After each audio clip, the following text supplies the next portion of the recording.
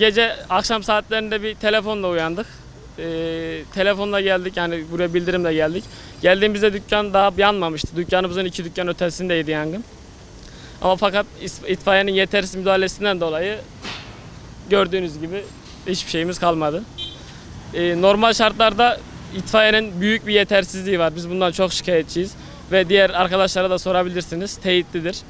İtfaiye gerçekten yetersizdi. Suyla, yani köpüksüz bir şekilde suyla yangın söndürülmeye çalışıldı. Durum ortada. Çok bir şey anlatmama gerek yok. Zararımız, ziyanımız, her şeyimiz ortada. 5-6 milyonun üzerinde zararımız var. Yani varımız yoğumuz yandı. İçeride sağlam parçamız yok. Görünen parçalarda zaten kapağı açık olduğu halde iş makineleri girdi, dağıttılar. Yani sağlam olan da zaten iş makineleri götürdü. 6 Şubat depreminde de biz varımızı yoğumuzu kaybettik. Yeniden tırnaklarımızla kazıya kazıya o hale geldik.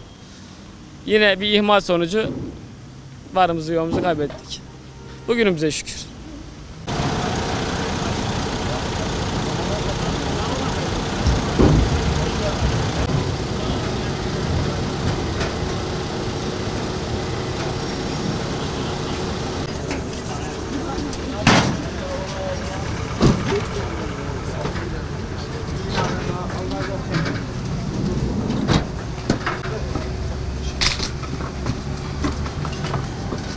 Depremden dolayı iş yerimiz ağır hasarlıydı. Yerimiz Niyazi Mısır'daydı.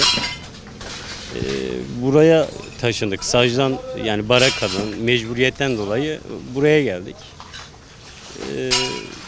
Ve çalışıyorduk. Şu an çok ciddi bir maddi zararım var.